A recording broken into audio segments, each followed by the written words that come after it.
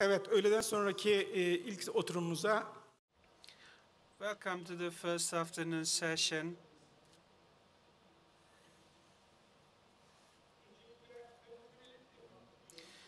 This is my first time in the Economy Summit.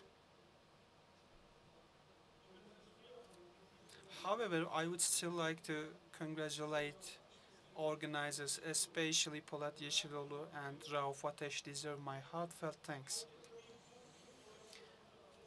Also, I would like to underline that it is quite important for us to have events like this, and it is our sponsors that make it possible. This afternoon panel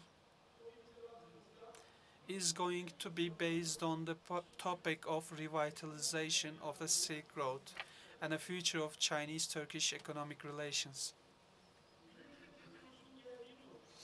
At the point we are with technology today is that we have smart devices and computers surrounding us everywhere. And a digitalized world has facilitated life a lot. You can now enter your address bar hepsiburada.com to buy a fridge. You can enter amazon.com to get the books you wish for 2 days later. And in the morning, other panelists have already elaborated what is happening. But this was not how it started. Everything was different a while ago.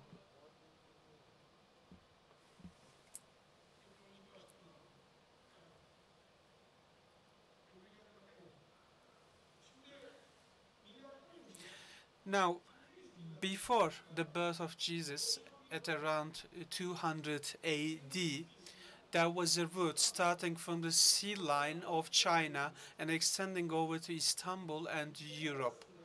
It was an inter-country network of movement of goods, technology, and products. All the countries which were on this route also developed highly in terms of civilization thanks to the exchange. And in the 2nd century BC, this Silk Road was formed and it continued to exist until the 16th century. The 16th century was the higher point of the Ottoman Empire because we were at the gates of Vienna. And by that point, we had already found and discovered sea routes. Using these sea routes, there were new opportunities to be had, and land fees, when you were conducting trade, caused a downfall of the Silk Road, with gradual slowing down. So between these times, I mean 2nd century BC and 16th century, Turks had been playing a great role, but they were not traders. They were generally the intermediaries. Starting from the lower parts of China and extending over the Taklamakan desert, going back to Iran and reaching eventually Turkey, goods used to change hands without people seeing each other. Even though these people did not see each other, they exchanged cultures and technologies as well. Since that day, this road, called the Silk Road, which stopped at the 16th century, is now becoming a rekindled idea, and it is China, one of the biggest economic powers of the world, which is also thinking about revitalizing it. Projects are being developed, collaborations are being established, and China has actually achieved success to a great extent. I'm going to show you some figures about it actually, and you will realize that commercial volume of Silk Road countries with China give us some interesting numbers. Of course, I am not going to be your sole speaker, because we have some notable speakers from Turkey, China, and Europe as well. I will ask them questions and they will walk us through their knowledge as time allows us. Before concluding my speech, I would like you to take a look at this chart.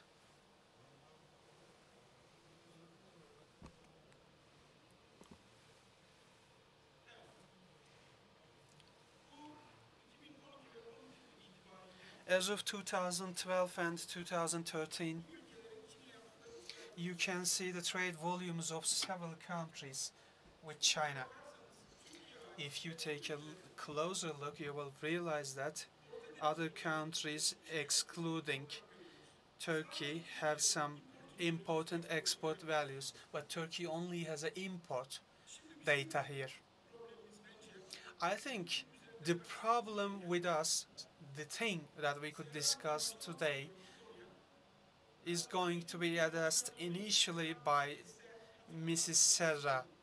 First of all, let me introduce her to you. She is a banker with a career of 30 years, and before going on with Citigroup, she was working in Hannover Bank, Chemical Bank, and Central Bank.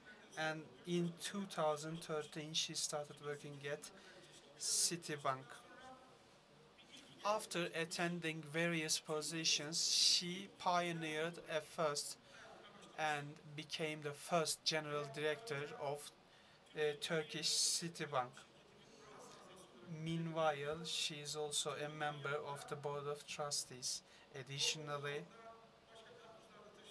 she already has some other tricks up her sleeve. For example, she's a vice chairman of the Turkish American Business Council. Now I would like to ask you, Mrs. Serra, both in China and in Turkey, all around the world, you have already been seeing these figures and trying to understand them. What do you think about the inclusion of Turkey to the Silk Road based on this? Thank you.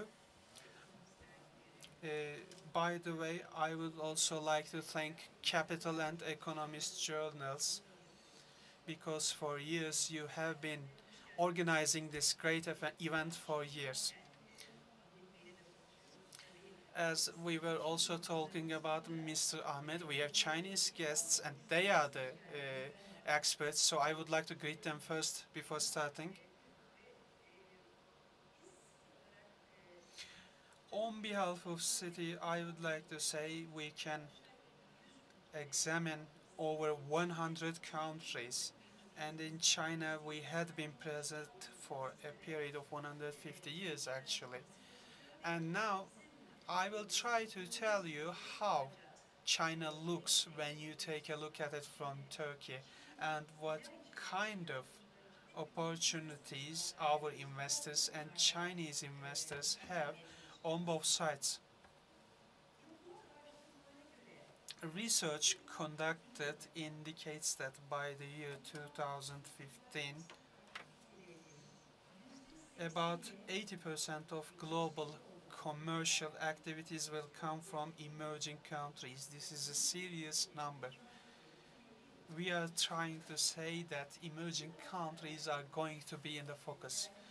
Another piece of research indicates that by the year 2030, the biggest GMP shall come from China, gross national product.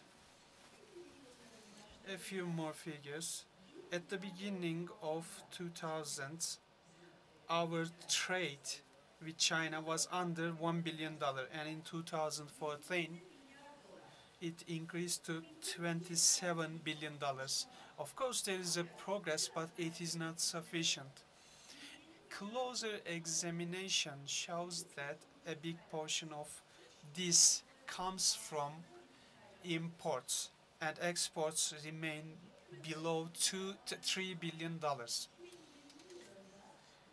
Both countries agree that through collaboration by the year 2020, we will elevate to $100 billion. How can we do this? Considering our advantages, one of the biggest of which is that both countries have powerful banking sectors. We can seek collaboration at that point. We have great investors and entrepreneurs. I was talking to the Chinese committee in the morning, and we were talking about the Turkey-China symposium to be conducted. I mean, we have strong aspects on both sides, and we are going to elaborate on that. But one example would be like this. Infrastructural investments is a field where Chinese investors have been heavily seeking in Turkey. Similarly, most of the foreign capital investment firms are acknowledging Turkey as the regional investment center. This is a growing trend. More international firms are growing an appetite for Turkey. On the Chinese side, we can think of new export areas. Of course, there is a middle class that is increasing in number in China, and through the usage of new reform packages, considering that China will continue to grow, we can seek opportunities in agriculture, in the field of medicine, and products with added value. The potential is great in these areas. Maybe it can be an answer to your question too. Therefore, both countries are rising stars in the world. They have their strong aspects, and the banking sector has already matured on both sides. This is why we can collaborate easily, and in the second round, I will also be coming up with new recommendations. Teşekkür ediyoruz. Thank you very much. We have some opportunities awaiting for us. And I know that when we come to 2020s or 2030s, these opportunities will be even higher. But if you would like to attract much more investments, then you should provide concrete opportunities for your businessmen. And you should provide support to your businessmen. And I would like to ask you, what kind of support can you provide to your businessmen? Our second panelist is coming from just the center of business world, Ahmet Cemal Dördüncü. Welcome. Cemal Dördüncü has 35 years of experience in the business world. He started his career in Germany, and then he started to work in Turkey. And after a while, he became a member of Sabancı Group in Turkey. And he worked in different positions in Koçsa Holding. In 1998, they went to United States with Sakıp Sabancı, one of the most famous businessmen in Turkey. In 2004, he became the manager for strategic planning. And in 2005 and 2010, he worked as the president of the executive committee of the Sabancı Holding. Starting from 2014, he actually started to work for Akkök Holding, president of the executive committee. I would like to ask you that question. What can you say about the Turkish and Chinese economic relations? What can you say about this? Thank you very much. I would like to underline one important fact. I have been attending to this summit all the time, and this is the fourth Uludağ Economy Summit, and each summit, the numbers of the participants are increasing. So I would like to thank Mr. Rauf for organizing this summit in such a successful manner. You actually showed us a very good map, and that map was quite impressive. When I look at the map of the Silk Road, what I came to my mind is that China is among the biggest economies in the world. And I mean, the China will become even bigger because China has a GMP over the $10 trillion. This is a fact. And there is a road which is called the Silk Road that has been established, both from the northern side and also the southern side. Those trade transactions have been conducted. It passes over Turkey and it reaches to the Europe.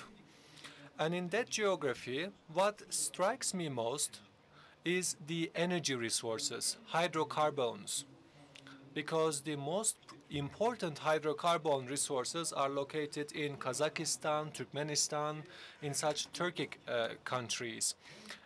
And on the eastern and also the western side of the Silk Road, there is a growing demand for the energy resources. The Silk Road has been established before Jesus 200. And silk was very important at those times. It was like a gold. But right now, this Silk Road will be the road of the energy resources because the Chinese and the geography energy resources will be transferred to the Europe, passing Turkey. So this is a very important and strategic business model. And in this panel, we will also speak about how is it possible to carry Silk Road to today's world and revive the trade? There had been many wars, there had been many conflicts in this region, in the Silk Road region. There are many political conflicts and instability, unfortunately. But we have a responsibility to revive the trade in that region, and hopefully we will transport the energy to the European continents, and the strategic importance of the Silk Road will be even higher in the future. As a member of the Turkish business world, when I evaluate the Turkish and the Chinese economic relations, I would like to say that I am quite sad about this, because China is a very big economy, and the Chinese export is approximately 2.3 to 2.4 trillion dollars, and they do have an import value of $2 trillion, so they do have the current account surplus approximately $300 billion dollars. I'm sorry. So we unfortunately, as Turkey, can export $2 billion, and we have $2.5 billion of imports. So we have the current account deficit. The current account deficit of the Turkey will be reduced as a result of the decreasing oil prices. But an important part of the current account deficit of Turkey is stemming from the trade and the transactions, because we are buying more and selling less. And if we compare the Turkish and Chinese economic relations, the 26% of the Turkish current account deficit is stemming from the transactions that are conducted with the China. So what is concerning for me? This trade imbalance is a concern for me. How can we solve this problem? Maybe in the second round we will be discussing about these issues. For example, on behalf of Akçaoğlu Holding Group, we are selling goods to the China. We are exporting products to the China, which is very important, I believe. Thank you very much. Of course, the Turkish speaker started first. This is unfortunate because we started with the last names.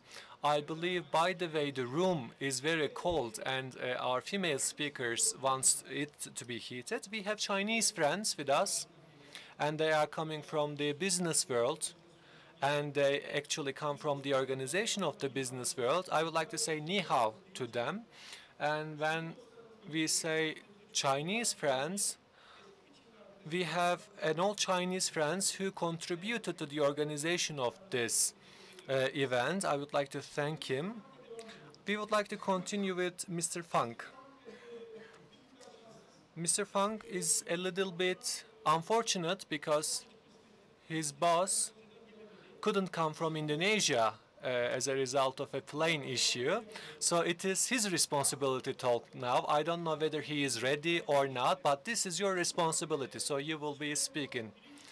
Mr. Feng is the actually the chairman of the ChinaPower, and he has 18 years of experience, and he has attended to the EPC project of like World Bank and many big institutions, and he actually took part in the projection of those projects, and he came to Turkey, and he believed that in terms of the infrastructure, as a Chinese man, they can contribute to the Turkish development. So I would like to ask him a question. What do you, Mr. Feng? China is the #1 economy in the world. Although it is not, Turkey is not very big, but Turkey is the 16th largest economy in the world. So we are speaking about powerful economies. So you have listened that there is a trade between China and Turkey, but this is not enough. I mean, the trade volume is not enough. The export levels of the Turkey is not sufficient. So do you think that this trade can be developed, and what can you say, and how can it be developed?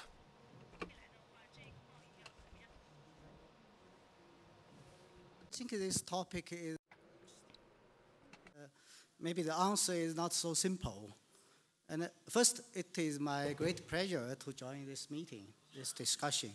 And in my opinion, I believe that in between China and Turkey, we still don't know each other very well.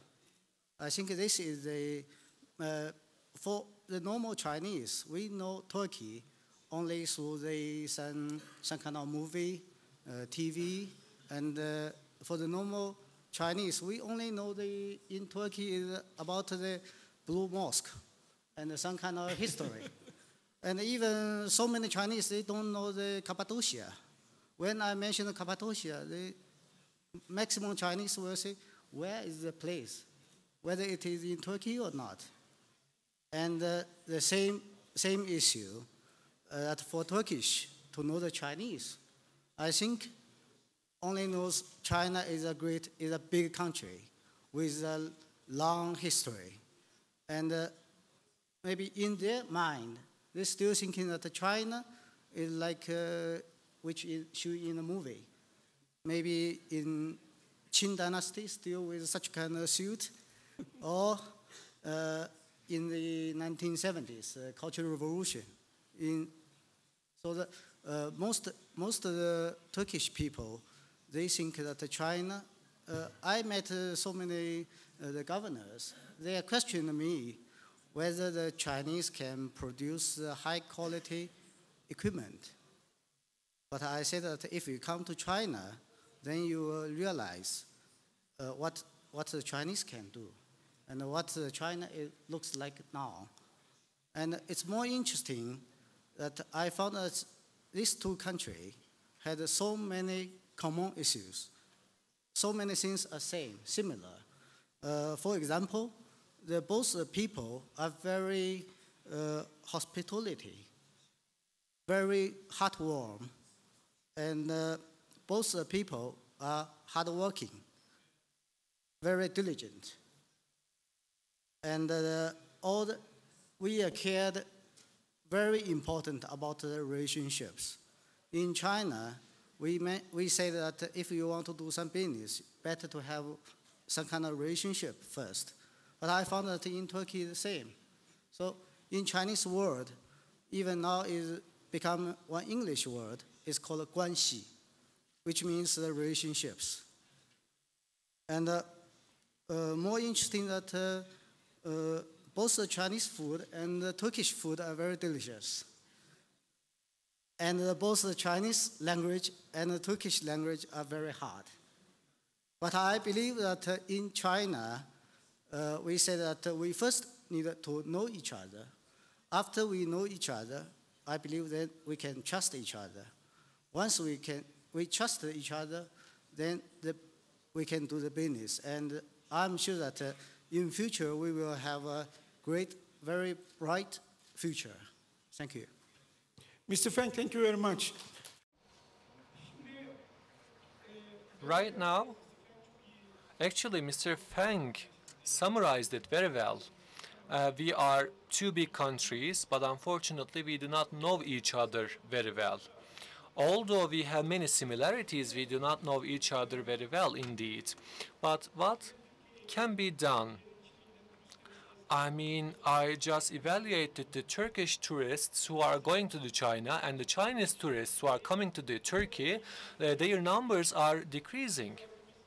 If we can actually introduce our country to each other, if we know each other very well, our trade will be improved. But we should find out some methods to improve this relationship.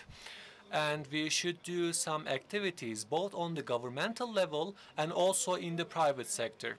Of course, there are some hardships, there are some challenges. For example, Turkish Airlines would like to go to the China more, but unfortunately there is some limitations. Turkish Airlines have 6 or 7 direct flights to the China, but they would like to increase this number to the 15.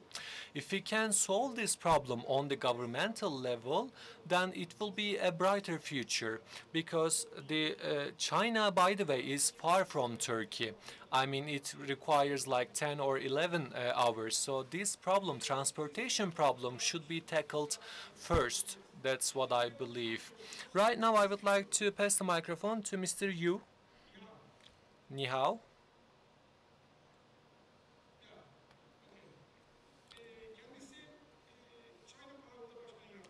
He is the vice chairman of ChinaPower, and he is the president of East Qing, and he is also working as a vice president in Jiangsu Electricity, and he is also working as the director of a very important energy company in China. So he has many authorities. And he has graduated from the university in the electricity, and he had an MA in the electricity in China University. And you listen to the previous speakers. In addition to what has been said so far, how can we improve the Turkish and Chinese economic relations?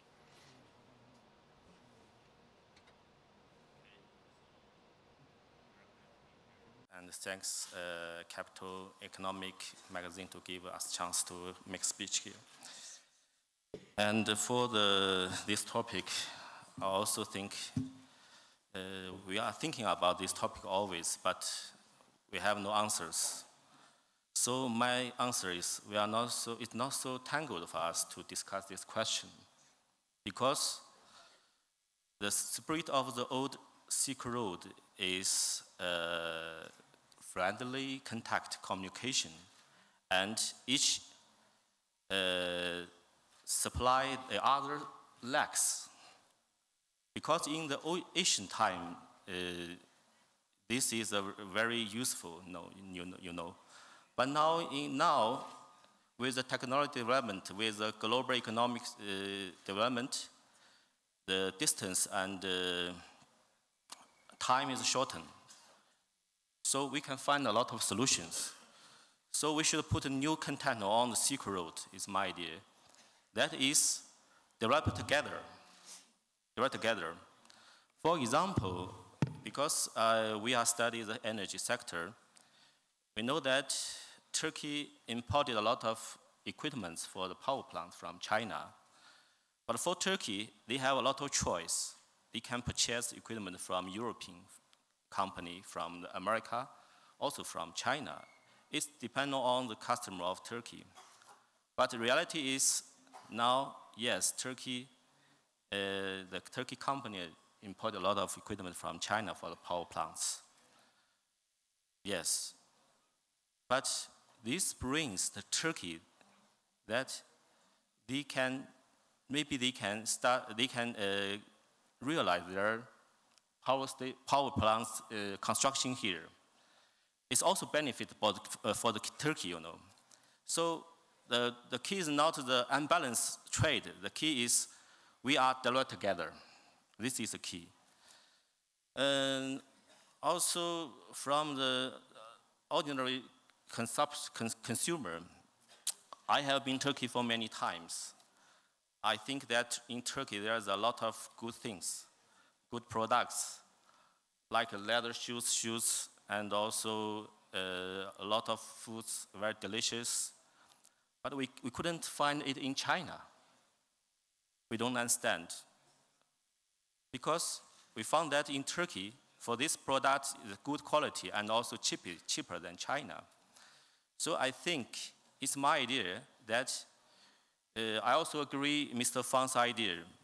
We should start to learn each other to make us to know each other very well. Also, I think that China has a very big market, you know. So Chinese customers also have some kind of demand. And the key is that this kind of demand is changing every day, you know. So I think maybe it's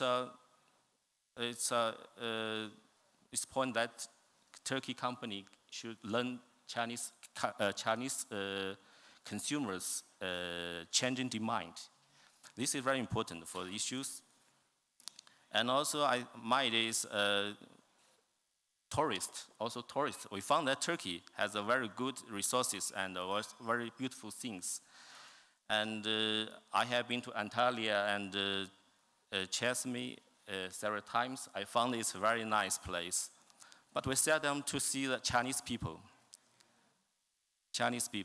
So I think tourist is a very good card in the Turkish hand, because if tourists from China came to Turkey and to find that Turkey is a very nice place and has very nice experience, such spread is very useful for promoting the Turkey. And also Chinese will like this place much more and more. So also I advise that, just mention that airline is not too much. Every time you come here it's full, and sometimes cannot buy the tickets. But I think it should be improved by the government to government. Also, we found China UnionPay here, and also it's good things, because in Istanbul and Ankara, no problem, we can cash by China UnionPay, but some place in Turkey, maybe small towns, we couldn't do. So if this service can be matched, that's a very good experience for Chinese tourists. When the Chinese tourists come here, more and more, they will have good experience. I think it's very good for the trade between the China and Turkey. So I believe with gradually know each other more and more, we believe that the trade between the China and Turkey will become more and better. Also, I have an idea, because the future belongs to the young man. This time I met a young man, and from Turkish. I found they are similar to Chinese young men. They are active, and they have dream, and also they have a emotion, passion. So I think we should organize some activities between this young man, Chinese young man, and Chinese Turkish man, Turkish young man, especially the Chinese businessman, young businessman, and the Turkish businessman to exchange the experience, change some ideas. I think they are represented the next 2 decades. So we think that we should make efforts together to make the Turkey and China develop together. This is our new Silk Road. Thank you. Mr. Liu'ya çok teşekkür ediyorum. Thank you, Dördüncü. As you can understand from this second Chinese guest's speech, that we still need a lot to do. We need improvements and steps forward. He especially underlined that we need to get to understand each other and exploit opportunities in areas like tourism, and I agree with him. I would like to ask you your question now. Please get prepared, and the next round you can answer it. About investments by Turkish businessmen in China and vice versa. What do you think? Because you are in this investment business itself. This is going to be your second question to be answered later. Now, I'm going to turn to our third Chinese guest, dear Xi. I would like to say ni hao, although I cannot speak Chinese very well. He is the president of China UnionPay. He has also been involved in a public side quite long. For 22 years, he had been working in the Chinese public bank for years. Between 2007 and 2013, he also worked in Nafmin as the senior director. Now, in this new world, in this new career, I would like to ask you, based on what we talked about last night. Well, we were joking mainly. I said, you know to sell, but you don't know to buy. But it was just a joke. And he said, I'm going to answer that question later tomorrow. Now I would like to ask you, how can we improve trade between the two countries? Now the microphone is yours, Mr. Shi.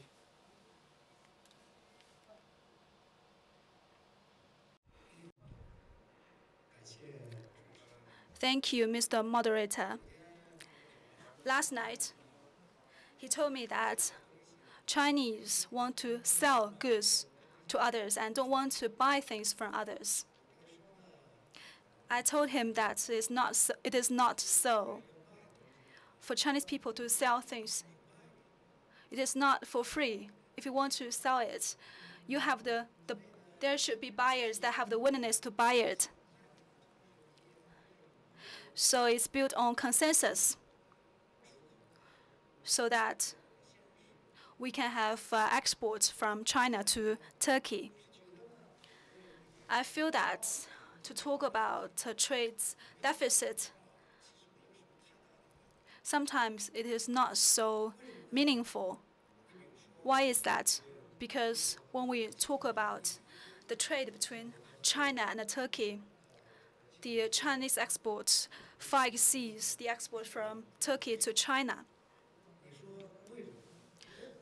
If you ask me why, actually I don't know why.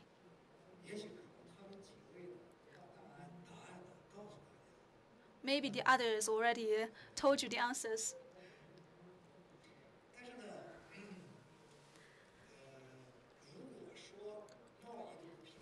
If there is a sustained trade imbalance, it will influence the economic relations between the two countries.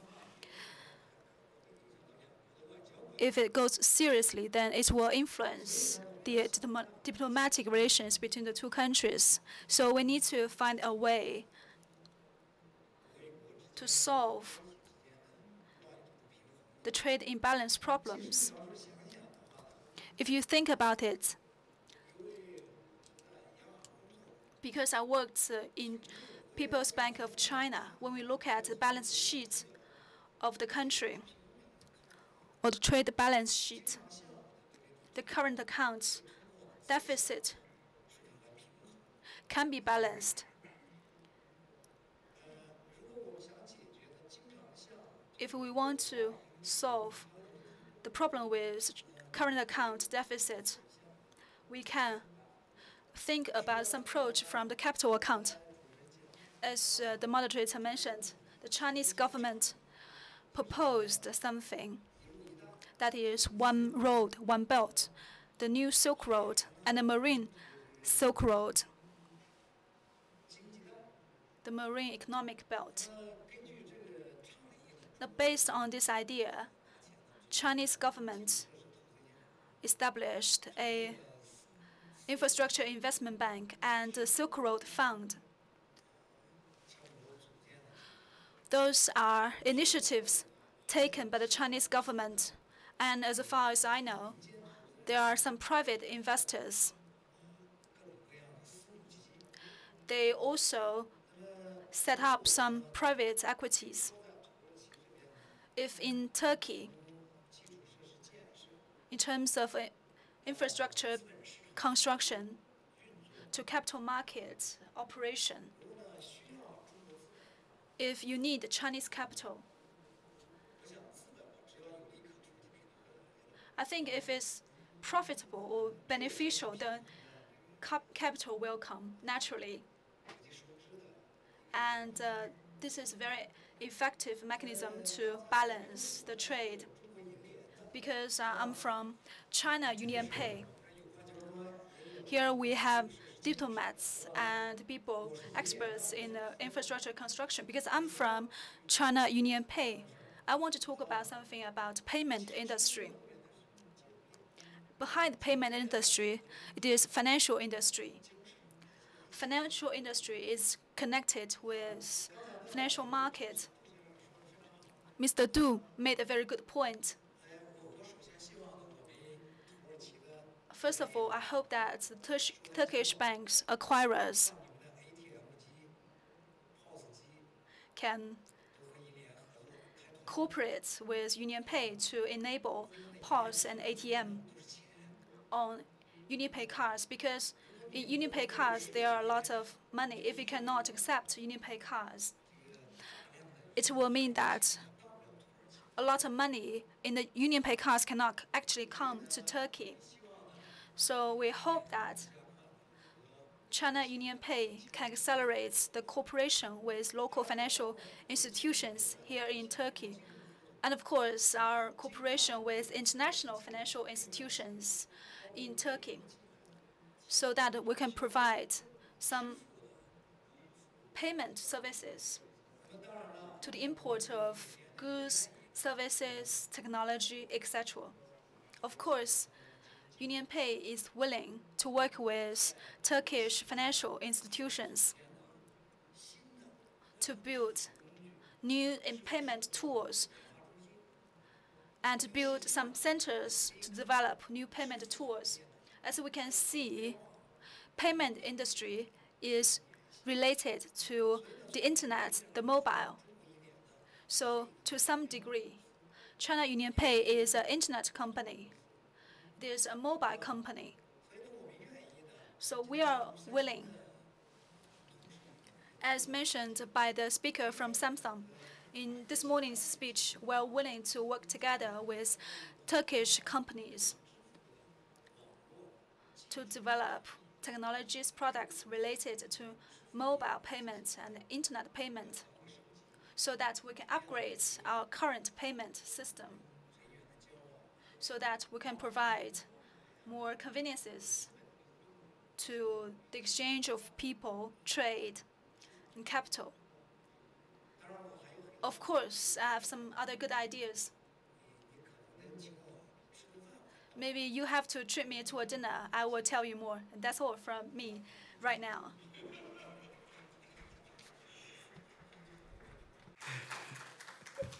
Mr. Xi'ye gerçekten çok teşekkür ediyorum. Öncelikle Thank you, Mr. Xi.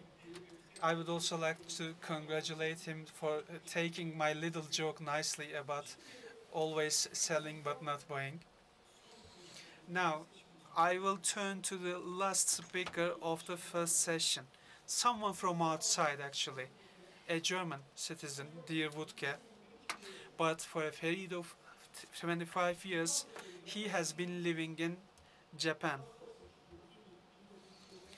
Starting from 1997, he worked in the chemical sector, and then he went to China and worked in a wide range of different institutions and bodies. Currently, he is the head of the European Union Chamber of Commerce in China, and they are also the host of TUSIAD in Japan, in China, I'm correcting. I think from a third point of view, he can talk about how the process of covering the current deficit problem in China went. I know also there is a great trade volume between Europe and China, and I believe there is a negative balance of about $100 billion between China and Europe too. This is why he is in the shoes to tell us about it from a better perspective.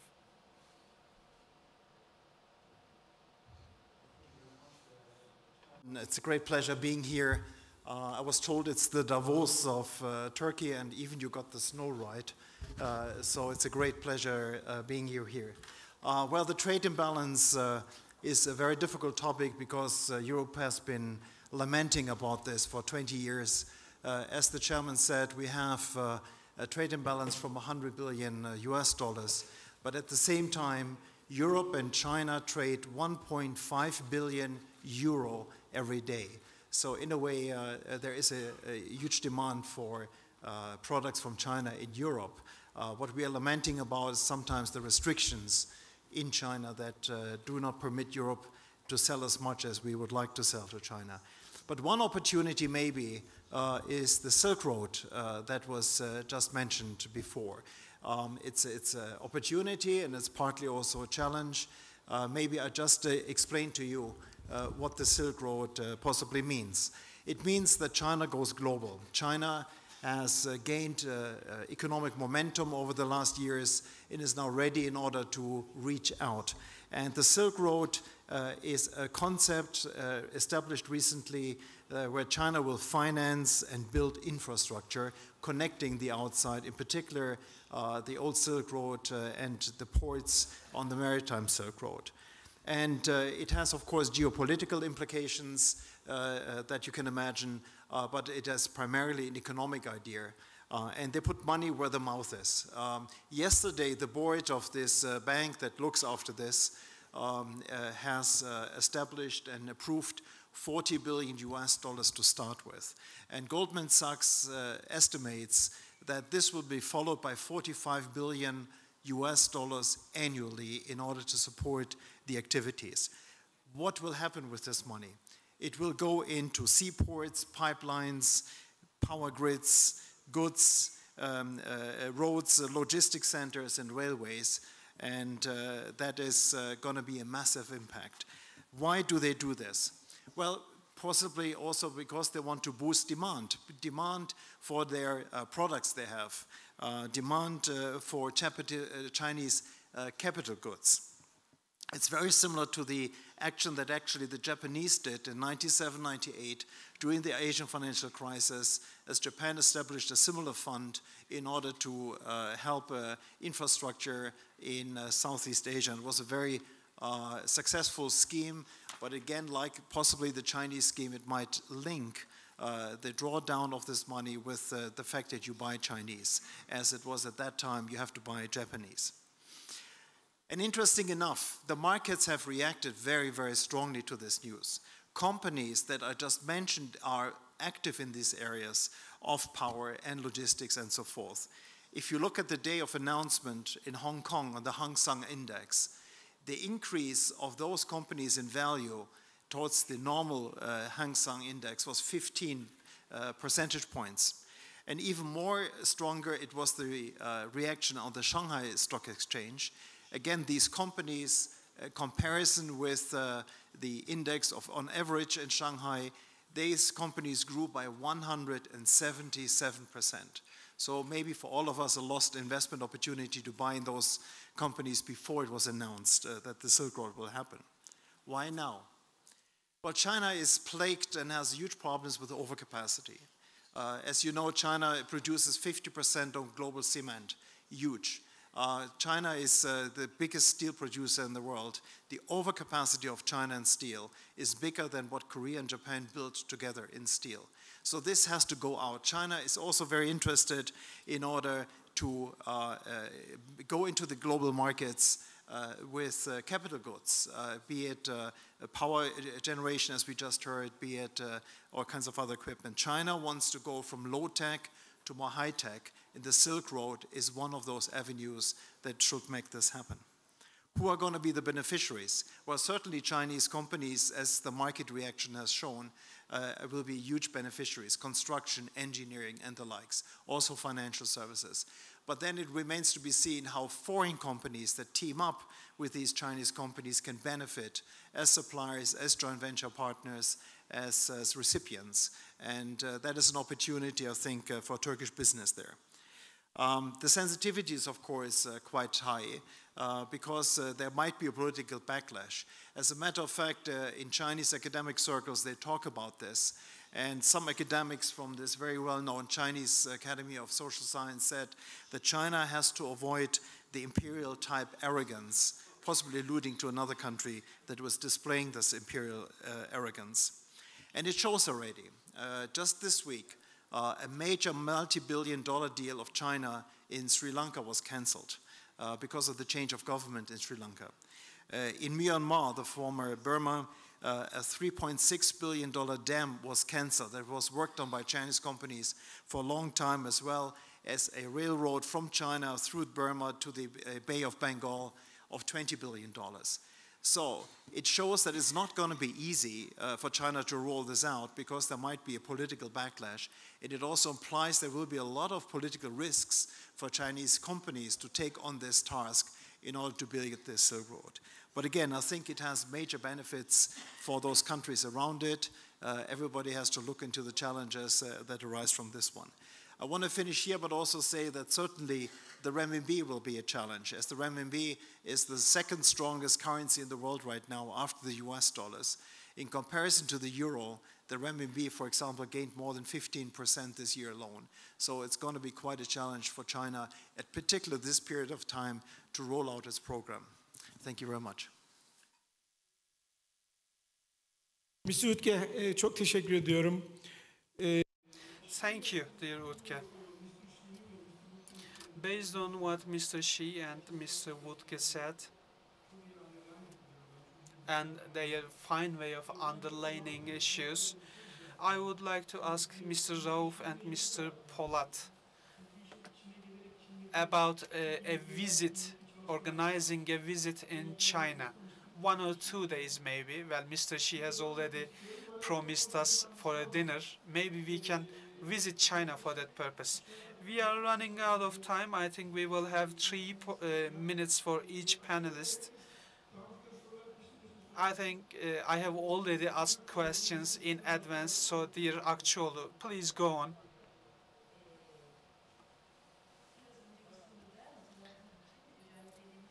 Mr. Cahit said, well, we have potential in both countries, but how can we tap on that in a collaborative manner? First of all, it is quite sensational. Take a look at this meeting hall. We are dedicating a session to China. This is quite important. About 2 weeks ago, for the first time, our Citibank regional meeting was conducted in Turkey, although it had been conducted in London for a long while. This is why one of the biggest recommendations I would come up with would be to organize events like this. The Turkish business circle should go and see the Chinese business circle on site, and we also expect Chinese businessmen to be in Turkey. I'd like to underline 2 things. First of all, wherever we see potential in a specific industry in both sides, we have to tap on that. And there is also the thing called way of conducting business. Think about mining, banking, automation, finance. Think about all different industries. China is a booming economy, and automation is becoming more and more important. And take a look at our banking sector.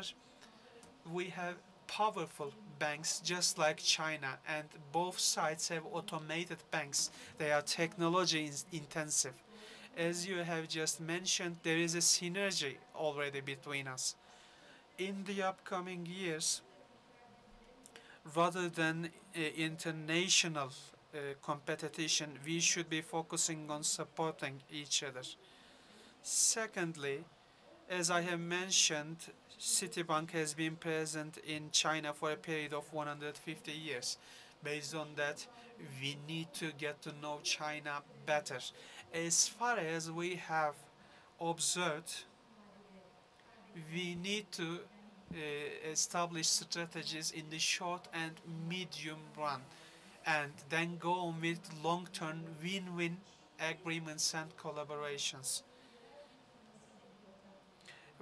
We can also establish partnerships with local Chinese companies because we need to understand legislations better. Finally, in Turkey, I would like to remind that we don't have only a single industry. We have a lot of industries, especially in the construction industry. We have worldwide engineers, also in the field of engineering, mining, banking.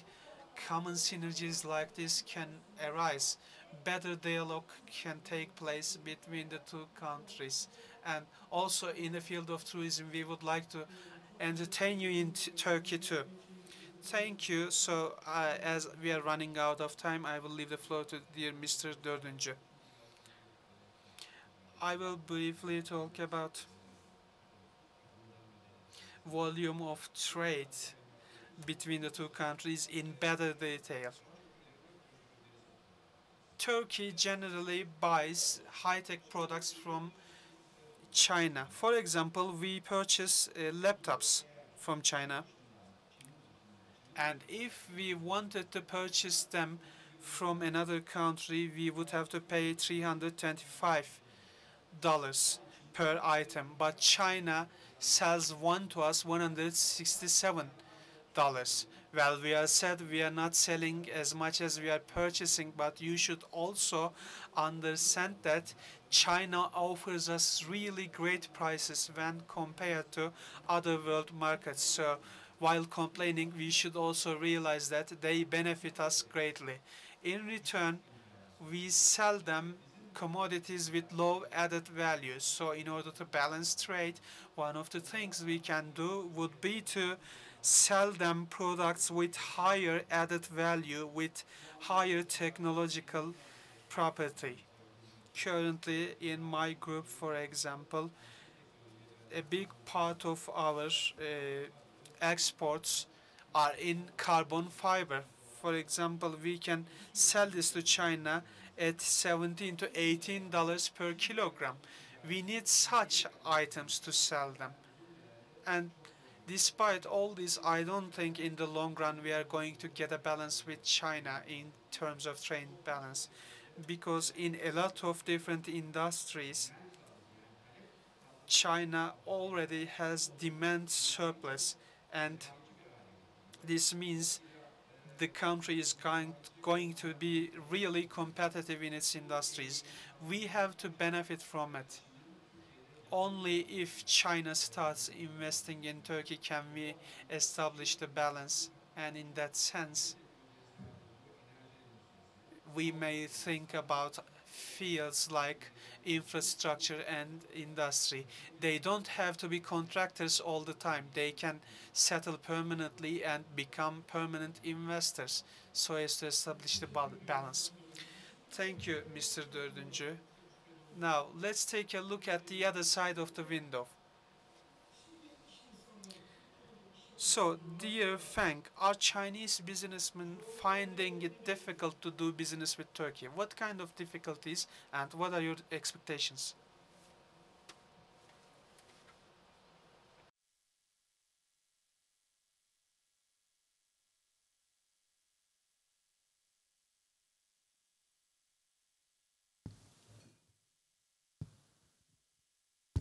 If you closer, yeah. Yeah. If you get closer with the micro. I only know that in my industry, like the construction, as I know that as the previous mentioned that the construction contractor in Turkey are very powerful in the world, as well that the Chinese contractor also very powerful. Somebody say that the Chinese contractor is the number one and the Turkish contractor is the number two. So in the international construction contractor market, we are the major competitor. but I hope that we can cooperate somehow. We found that one Chinese construction company, if want to enter in Turkish construction market, we are facing so many difficulties. For example, that because in China, the major project financed by the government, for the contractor, we are never worried about how to finance it. But in Turkey, this is a totally different situation, and we have to think about how to finance it first. And as a construction company, for the construction wise, it's very easy to solve. The technical things, no more difficult these days. Whatever the big bridge or the high technology things, it's very simple, can be solved anyhow. But for the financing, then it depends on who is willing to take such kind of responsibility. And this is the key point. The second thing is what I mentioned, that the culture difference. And as a foreigner come to Turkey, if without the local partner, it's impossible to get any project. So you first have to find some kind of which you can trust. The trust is the most important. Once you can trust, then you can cooperate each other. Then you can go ahead. I think that this is what I want to mention. Thank you. Yeah, Mr. Feng, thank you very much. Burada tabii Of course, here I would like to mention one other thing. Of course, the relationship should be improved between these countries. What do we see in our relations? What everybody said in this session is that if we know each other well, if our relationship will be improved, the business will be much more easier. I would like to ask this question to Mr. Liu, because he has good experience in the energy sector, and China is very well developed in the energy sector, and China has best practice in terms of energy sector. But on the other hand, Turkey has limited energy resources. And Turkey is making huge investments for the energy sector. So, in terms of satisfying the needs of the Turkish energy needs, do you think Chinese companies can increase their investment in Turkey for the energy sector? It might be about the energy generation, it might be about the energy distribution, because I believe Turkey is a good place. It has seas. It is good for thermal power plants, or maybe a nuclear power plant can be established. What can you say about the Chinese investments in Turkey?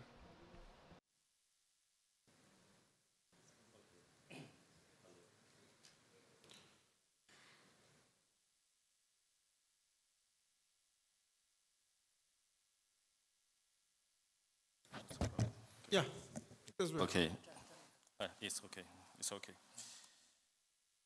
Yes, now I think with the new Silk Road issued from the government, one belt, one room policy issued from government, I think China is much more active to support the Chinese company to invest in the country along the Silk Road, also including the Turkey. But my idea is still same as I mentioned before, that I think for the most of Chinese companies are not so familiar about the Turkey, especially for the investment environmental. Also, financing conditions not so matured is set up. So some Chinese companies were hesitant to invest in Turkey. But now we are happy to see that there is one project, and Shanghai Electric Power has already decided to invest, but under the way. Also, we are focused on this project. We hope it will be success, because it will enhance the Chinese companies' confidence, which will be the good example if they are successful for the Chinese investor to invest in the power plant in Turkey, you know. So I think the progress is made. We are on the way. And I believe that we will see that day. A lot of more and more Chinese companies will invest. But my idea is we should do some change, both from China, also from Turkey, to know each other again. Because maybe I think I advise just the Turkish businessmen go to China and to check, because China has a lot of chance, you know. Also, we mentioned invest in Turkey. Why not Turkish businessmen invest in China? Also in China, there's a lot of chance. We can do in parallel, you know. So I also, because I give example that in China, 2001, you know that the WeChat, we use the WeChat is a software. These companies in 2001, there is one South Africa major company invested around $30 million to occupy the 45% shares. But now, what about the market value now? I can tell you that it increased 1,500 times. Now it's around $50 billion now.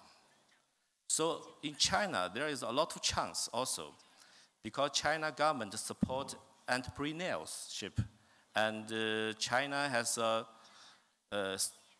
big stock exchange, which rank number 2 for the market value in the world. And also this year, China government will issue the policy that for the IPO of the company, there will be changed from the approved system to the registration system sponsored by the security broker. So China also want to change the structure of the energy and to encourage and vigorously to develop the renewable energy. So there's a lot of chance, because there is a lot of chance means also there is a lot of money there. So we should take action both sides, not one side. That we can win-win a cooperation for the future, you know. Yeah, thank you very much, Mr. Liu. Tabii bir işin tek Of course, it cannot be one-sided. Yeah, I mean, it has to be two-sided. We should know each other very well, and we should see those opportunities well, and it will most probably facilitate this cooperation. I would like to ask this question to Mr. Xi. We have 4 minutes left. Please use 2 minutes. As the UnionPay president, what can you do for the Turkish market? I mean, what can do UnionPay company in Turkey in terms of investments?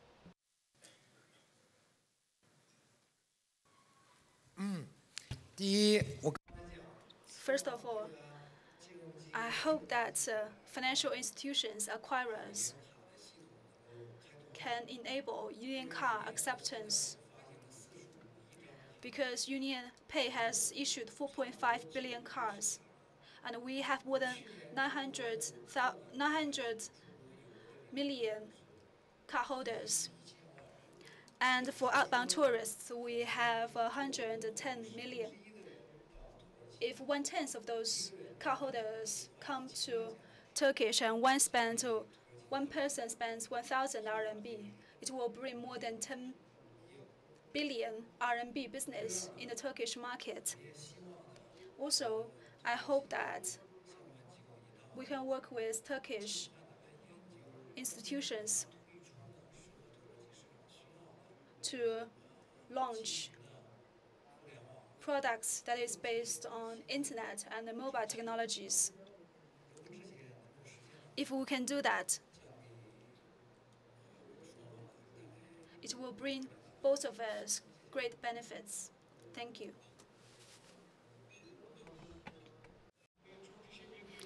Thank you very much, Mr. Xi.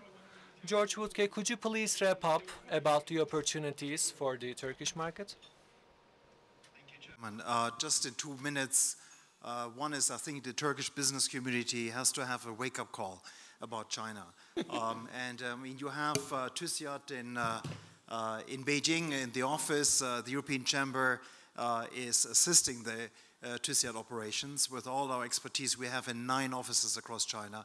Second, we have an SME center in Beijing that caters for you. So if an SME wants to go into China, check it out on the website, what this center can offer to you. And third, we have an IPR help desk, meaning you can go online here, check out the challenges on China, in China, on the intellectual property side. Again, I think that there will be a lot of focus in Turkey on China next year as China takes over the G20 chairmanship. So I think your government, President, Prime Minister, will be a lot in China. Take advantage of this because it's a political economy. You need sometimes this entrance ticket. And just keep in mind that the Silk Road is a massive opportunity for you to engage, to benefit from this, but also just be aware that it will be a very big challenge for lots of your companies and third markets, in particular in Central Asia. You will face very well-funded Chinese competitors. Thank you. Teşekkür ediyorum Mr. Wuttke'ye. Özetleme dönemi. Thank you very much, Mr. Wuttke. Of course, Mr. Wuttke mentioned an important point. G20 presidency will be in the Chinese hand, and we are the president of G20 right now. And this is a good coincidence. For example, I see our actually the previous Undersecretariat of the Treasury. Of course, on the governmental level, there are many things to be done. I sincerely believe that these transactions should be increased in the dynamic manner between these two countries. First of all, first and foremost, such organizations, such summits will be proven to be fruitful. For example, we have 50 Chinese friends with us today. If such organizations are increased in the future, we will know each other very well. Of course, we have some deficits, we have some gaps, and those gaps will be eradicated in the future. The short-term plan is not sufficient. The mid-term and the longer-term plans should be established. If we have a trust relationship, even the biggest challenges can be balanced, can be established. I believe we actually delayed in our schedule, but that is all. I would like to thank each our speakers, and I would like to wish success the next session. Thank you.